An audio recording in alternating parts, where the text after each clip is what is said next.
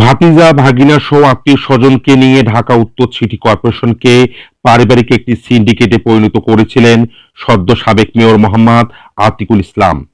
DNCC ছোট বড় সব খাত থেকে অনিয়ম দুর্নীতির মাধ্যমে অর্থ লুটপাট করার অভিযোগ উঠেছে তার বিরুদ্ধে। লুটপাট থেকে বাদ যায়নি বস্তি উন্নয়নের টাকাও।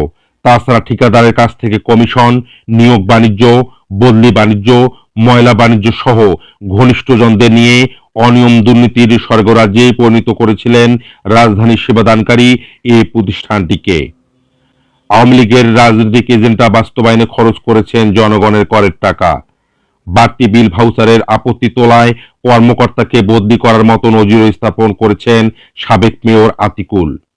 সাবেক প্রধানমন্ত্রী ও সরকারের প্রভাবশালীদের সঙ্গে সখ্য থাকার কারণে শত দুর্নীতি করেও ধরাছোঁয়ার বাইরে ছিলেন তিনি।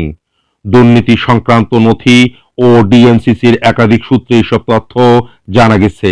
গত 5 আগস্ট সাবেক প্রধানমন্ত্রী শেখ হাসিনা দেশত্যাগের পর আওয়ামী লীগের অন্য সুবিধাভোগীদের মতো বেকায়দায় পড়েন মেয়র আতিকুলও।